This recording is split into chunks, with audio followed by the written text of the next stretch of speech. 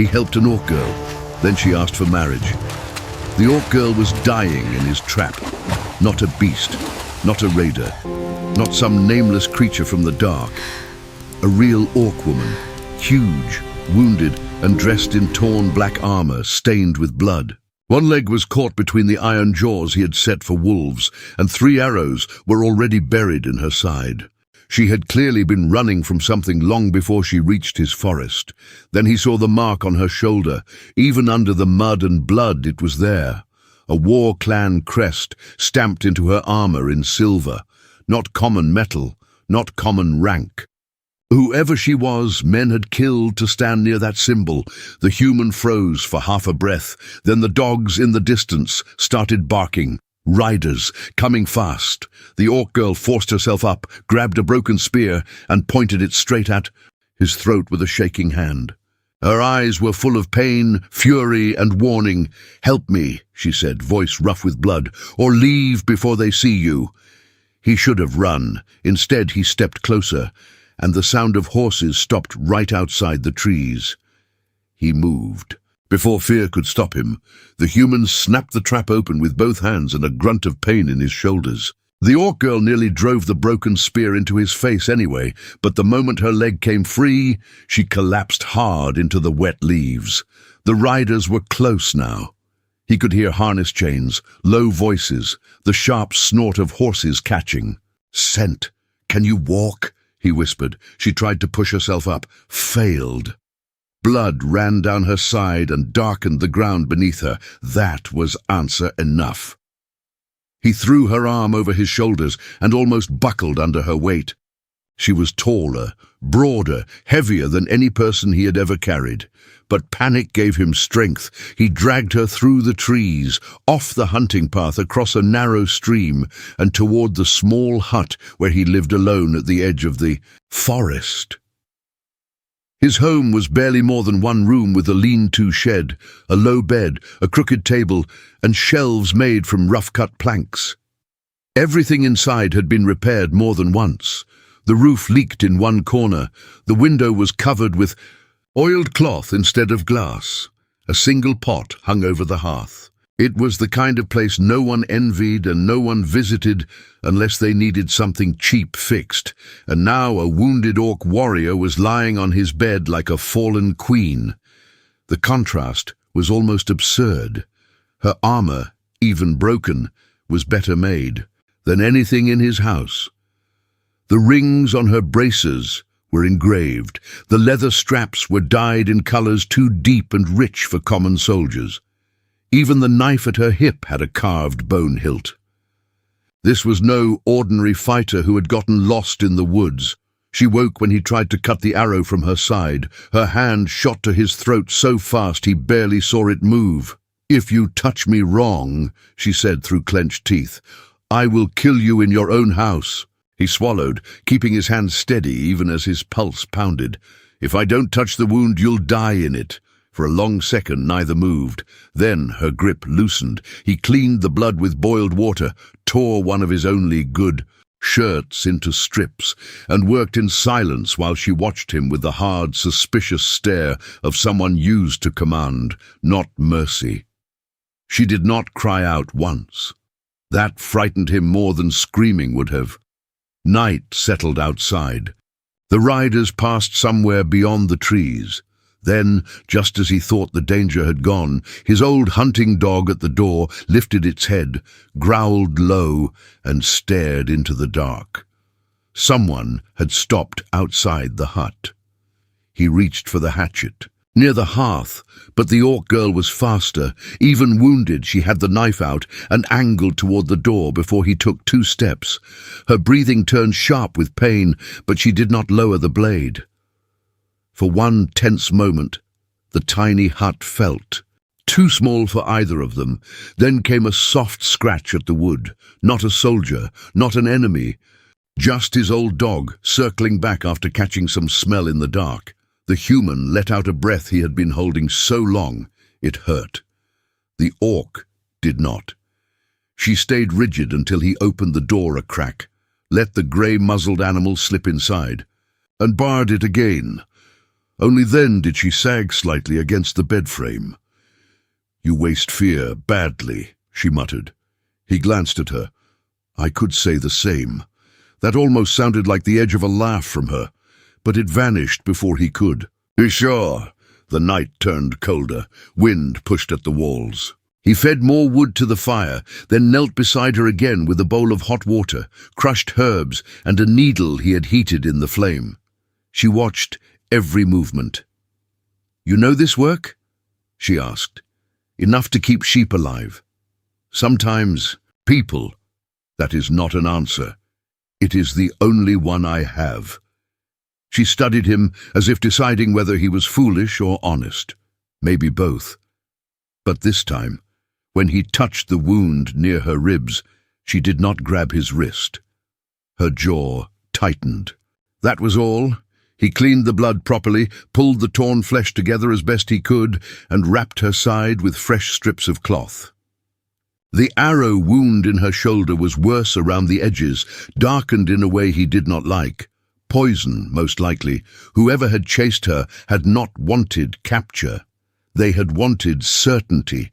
When he brought her broth, she looked into the bowl with open disapproval. "This is food. It was before you insulted it. It smells weak." He sat on the stool across from her and took a sip from his own bowl. "That is because I am poor." She stared at him, then at the broth again. Hunger beat pride. She drank. After a few swallows, she frowned. "Too much water." "It feeds too. In my people's camps, this would be given to children. In mine, children would be glad to get it." That quieted her. A strange silence settled after that, not friendly, not easy, but less sharp than before. Firelight moved over the hut walls, over his patched tools, over her torn armor laid out near the hearth to dry. Up close, he could see even more details now. Small silver studs hammered into the leather, braided binding on the shoulder plates. A crest worked so carefully into the metal that it had to mean status. Not common rank, not even close. She noticed where he was looking and turned her armor piece over with one heavy hand. "You ask many questions with your eyes," she said, "and you hide many answers with yours." For the first time, she looked at him fully, not as a human in the room, but as the man speaking back to her. Her gaze was heavy, proud, difficult to hold, yet something in it had changed. Curiosity, maybe, or surprise that he had not bent beneath it. The next morning he woke before dawn and found her trying to stand.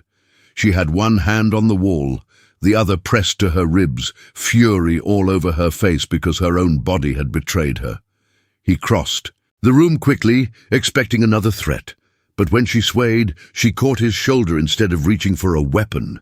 The weight of her nearly drove him to one knee. Still he held. "You should be in bed," he said. "I have been in bed," she snapped. "I dislike it. That makes two of us." He helped her take 3 slow steps toward the fire. 3 steps felt like a victory neither of them wanted to admit. When she finally sat, breathing harder than she liked, he turned away and pretended not to notice. That small mercy seemed to matter. Later, while he chopped roots and stale turnip for the evening pot, she watched him work with narrowed eyes. "You live alone," she said. "Yes. No mate, no kin. No warriors near enough to answer if you shout." "No." She looked around the hut again, at the patched roof, at the split handles he had repaired instead of replacing, at the neat stack of firewood cut to exact lengths, at the single cup on the table.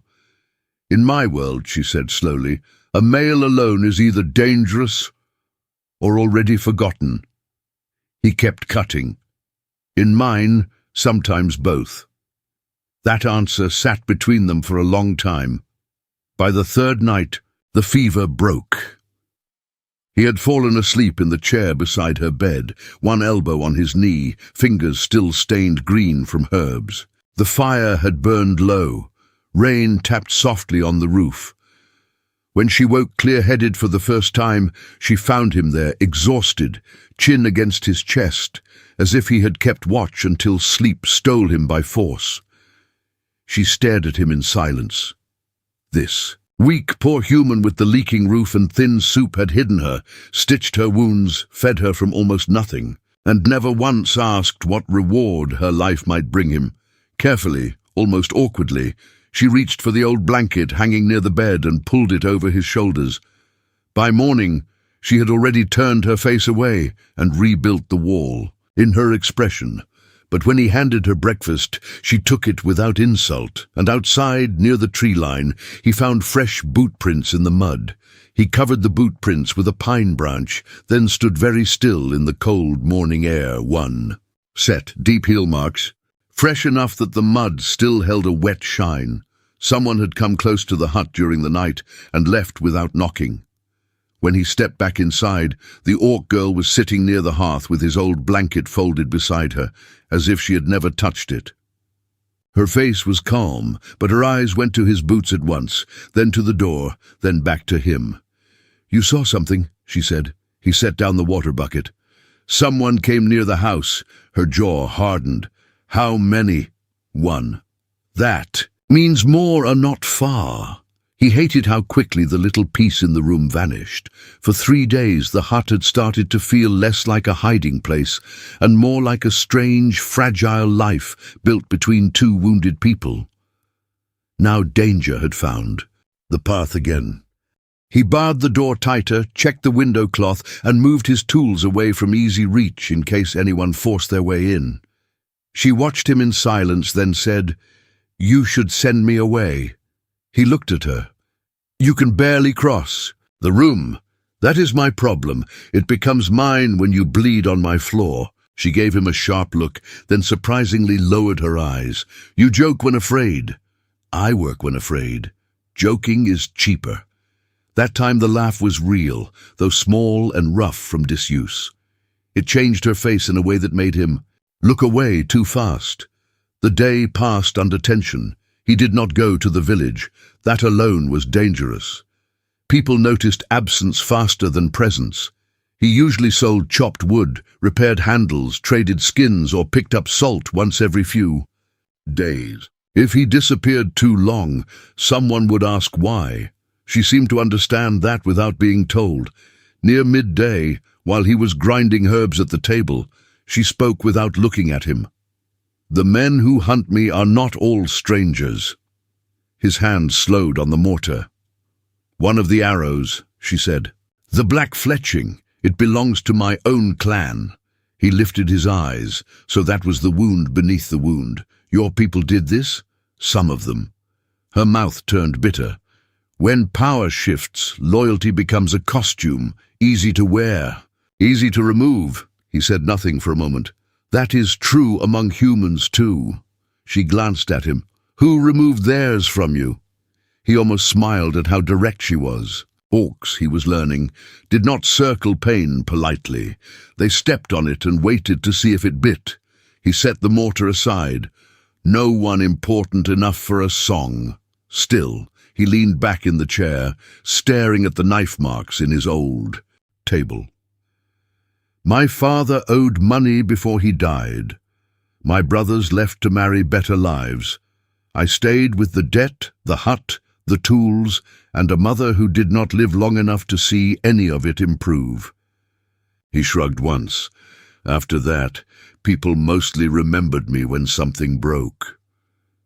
Her gaze stayed on him, heavy and unreadable.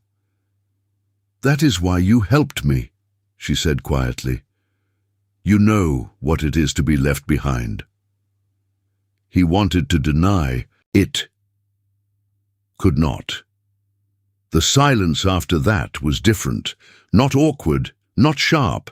It carried the weight of something shared. Toward evening, she asked him to bring her armor. He hesitated, then set the damaged pieces beside her. She ran her fingers over the cracked shoulder plate and the dented chest guard with an expression he had not seen before. "Not pride, grief. This was made for me when I took my first command," she said. "I hated it," he blinked. "Why?"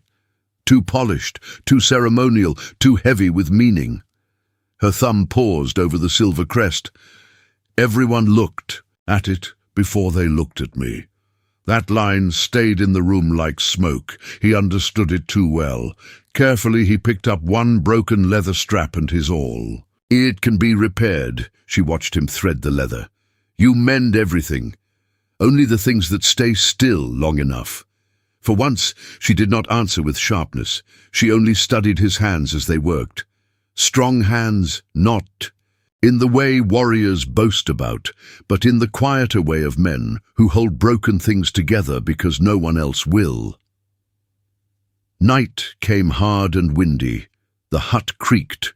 The dog would not settle. Then, just after dark, there was a knock at the door.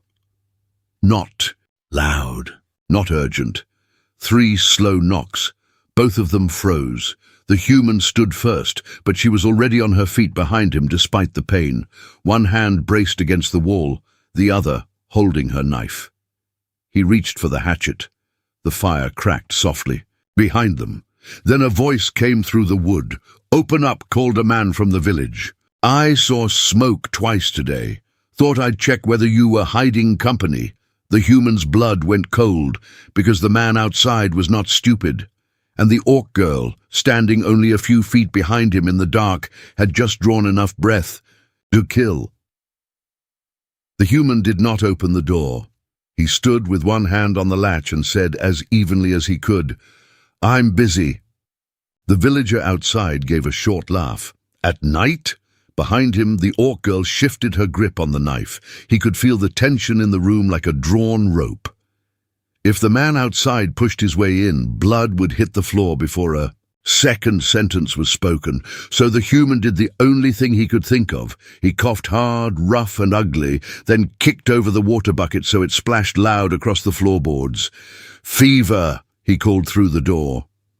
"Been vomiting since morning. Come closer if you want the same." Silence. Then the man outside muttered a curse and stepped back. "You should have said that first." Boots moved away from the hut. Not fast enough, not far enough. The human waited until even the dog stopped growling before he eased his hand off the latch. When he turned around, the orc girl was still standing there, pale with strain, but looking at him as if she had never seen him clearly until that moment.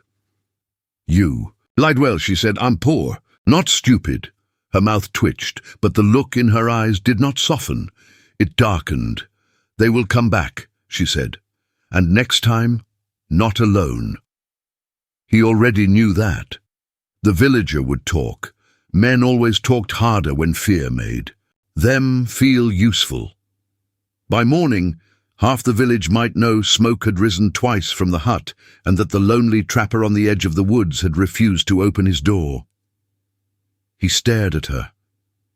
"Then tell me what is happening." She said nothing. His voice sharpened. "No more half-truths, no more scraps.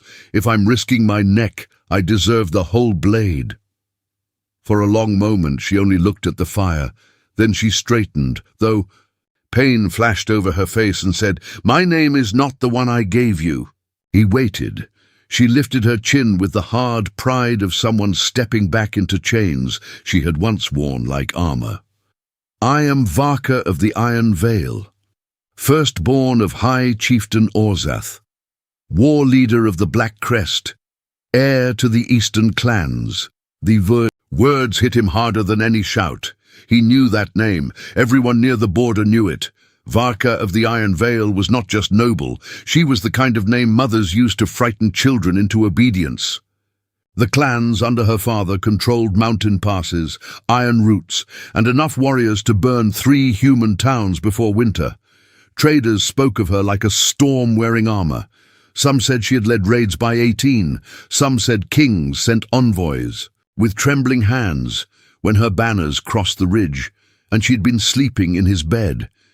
He actually stepped back, not because she moved toward him, because the truth did. "You—" He let out a stunned breath.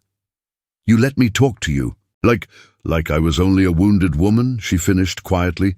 He laughed once, without humor. "Were you?" Something flickered in her face then. Hurt, real hurt, but he was not ready to be merciful.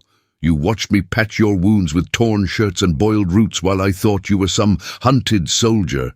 His voice rose. Do you know what happens if people find out who I hid here? They won't call me brave. They'll call me traitor, spy, fool. I know. No, he snapped. You know what danger looks like when it wears armor and has a title. You don't know this kind. The small kind. The kind that ruins a man's whole life without ever drawing blood. That landed. He saw it land. Varka looked away for the first time since he had met her. When she spoke again, her voice was lower. I was returning from a summit under truce. 3 clan chiefs had been called to settle succession rights after my father fell ill. One of them sent assassins instead. Her hand pressed against the bandage at her ribs. The poison was meant to finish what the arrows began. If I died before dawn, another bloodline could claim command of the eastern hosts before the clans. Learn the truth.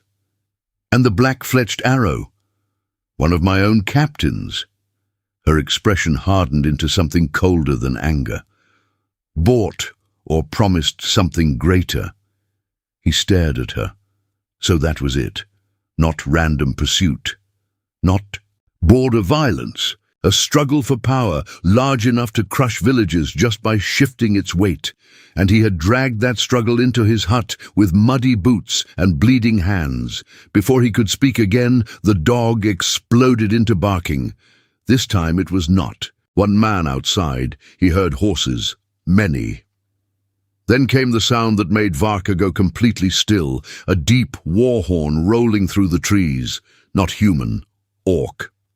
A second later, torches flared beyond the window cloth, turning the hut walls orange. Voices rose outside, some human, some not. And then a man shouted from the dark, "In the name of the Black Crest, surrender the chieftain's daughter." The human looked at Varka. Varka looked at the door. And in that terrible breath between hiding and war, he realized the hunters had not come for a fugitive. They had come for a crown. The next seconds moved fast enough to break thought. A heavy fist slammed against the door. Someone outside shouted in the orc tongue. Another voice answered from farther back in human speech, offering silver for betrayal. That was the ugliest part. Both sides were already trying to buy the room before they had even entered it. The human tightened his grip on the hatchet.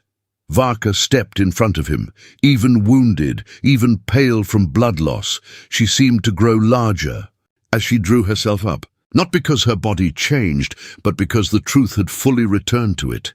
This was not the hunted stranger from his bed. This was the woman armies obeyed. "You must leave through the back," she said. He stared at her. "And let them take you? They may take me alive. They will not spare you." Another blow hit the door. Wood cracked. He looked toward the rear wall, toward the life he might still save if he ran now. His tools, his hut, his own name, perhaps. Then he looked back at her and saw something he had not expected on the face of someone so feared, not command. Grief. "They will drag you into clan war because of me," she said, lower now. "If you stay, you lose your human life. If you go, you may still keep what remains of it." He laughed once, bitter and breathless. "You say that like there's much left to keep." That struck her deeper than anger had. Outside the voices rose. Orc steel rang against the latch. Human boots circled the hut like wolves waiting for weakness. Then Varka did something he never could have imagined. She dropped her knife. It hit the floorboards between them. And before the next strike landed on the door, she lowered herself to one knee. For a moment he just stared, unable to understand what he was seeing. A chieftain's daughter, a war leader, kneeling in his broken hut with torchlight burning through the walls. "In my people's law," she said, voice steady despite the chaos outside, "a warrior kneels only to a grave, a god, or the One. They choose above pride." His mouth went dry. She lifted her eyes to his. "I have command land, banners, and enemies enough to bury 10 lives. I have a hall of stone, warriors sworn to my name, and a place in the Iron Vale no human has ever been offered." Her voice roughened, not with weakness this time, but with truth forced open. Take it. Take all of it. Not as servant, not as pet, not as hidden kindness I leave behind in a forest hut. The door splintered again. Come with me, she said. Stand beside me, under my protection, under my name if you wish, or with a place of your own if you do not. I will give you land, safety, fire that never runs out, and a future no one can strip from you in the dark. Her next breath shook. And if the word must be said plain, then hear it plain. I ask for marriage. For one heartbeat, the whole world seemed to go silent. He should have answered at once. Any fool listening to the words without the weight behind them would have thought the choice easy. A poor human offered everything by a powerful woman, protection, status, a place. But all he felt at first was fear, not of her, of vanishing inside her world, of being the weak thing people laughed at behind raised cups, of standing in halls built for giants and forever being the outsider she had chosen against reason, of waking one day and realizing he had traded his lonely life for one where he belonged nowhere at all. You don't know what you're asking, he said. Varka rose slowly, pain flashing across her face, but she did not hide from him now. I know exactly what I am asking. You are asking me to leave everything I understand, yes. To enter a place where your enemies will use me against you, yes. To trust that your people will ever see me as more than a curiosity. At that, something fierce entered her gaze. No, she said, I am asking you to trust me. The words hit harder than the title. The land, the promise of safety. Another crash shook the hut. The bar split. Cold air pushed through the widening seam of the door. He looked around his home one last time. The patched roof, the crooked table, the fire he had fed alone, everything small, everything surviving. Everything that had kept him alive, but never once made him feel chosen. Then he looked at Varka, at the woman who had seen his poverty, his silence, his fear, and had not mistaken any of it for worthlessness. He stepped forward.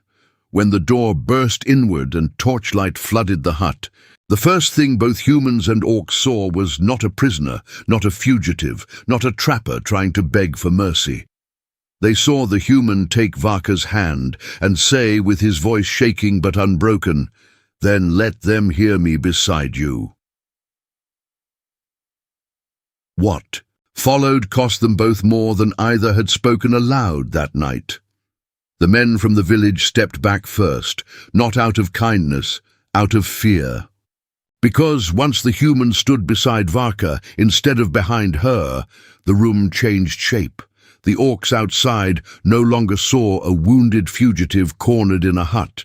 They saw their chieftain's daughter standing with a witness, and more dangerously, with a chosen man. That made every next move political, public, permanent. The human villagers who had come for silver and suspicion suddenly wanted no part in being crushed between clan law and border blood. They scattered fast, taking their greed with them. But the orcs did not. Varka's loyal warriors entered armed and grim, and with them came the truth in full. Her father had not simply fallen ill. He had been slowly poisoned. The summit had been a trap. The captain who turned on her had already joined a rival bloodline and was preparing to claim the eastern war banners before dawn. So Varka did what wounded hearts and wounded rulers are forced to do. She stood, not as the hunted woman from the trap, not as the half-healed stranger by the fire. She stood as heir to the Iron Veil and named the traitors before her own warriors. The human remained at her side while she did it. That alone was enough to shock hardened orc captains into silence. The fight that followed was not won in the hut, but it was decided there, because Varka did not return, hidden, broken, or carried. She returned witnessed, and the witness was a poor human man who had nothing to gain when he saved her and everything to lose when he chose her openly. That mattered, more than titles expected, more than rivals understood. The captain who betrayed her was exposed within 2 days. The poison used on Varka matched what had been used on her father.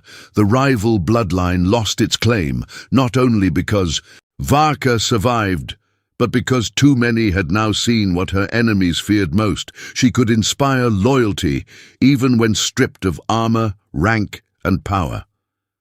Their choice still had a cost. The human could never return to his old life. His hut at the forest's edge was burned by frightened villagers before the month was over. No one was killed, but the message was clear. He no longer belonged to the world that had once ignored him. That hurt more than he expected. A man can survive loneliness so long, he mistakes it for home. Varka paid too. 2 elder chiefs refused her marriage claim at first. Some called her reckless, some called her bewitched by weakness. One called her dishonored to her face and left with half his warriors. She let him go. Power built only on fear had nearly killed her. She would not rebuild her life from the same stone. Winter turned, then spring. The marriage was not held in secret. It took place at the edge of the Iron Vale, where the mountain path opened toward the human lands below, as if the world itself could not decide which of them it belonged to. Orc banners hung beside a simple wooden arch the human carved with his own hands.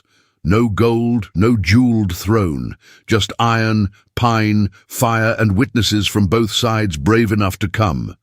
Varka wore restored armor with one strap still stitched by his hand. He wore no crown, no borrowed grandeur, only clean dark wool, steady shoulders, and the knife she had once held to his throat, now peace-bound at his belt in an orc marriage wrapping. When the vows ended, she did not tower above him like a ruler above a subject. She bowed her head to rest her forehead gently against his. The same woman who had once bled in his trap. The same man who had once dragged her through mud to a leaking hut no one envied. Later, as dusk settled and the wedding fires burned low, they stood together looking out across the valley while rain began to fall, soft, steady, familiar.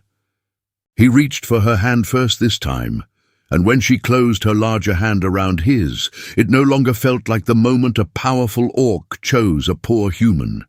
It felt like the moment 2 people, both once trapped in lives that had never truly seen them, finally stopped surviving alone.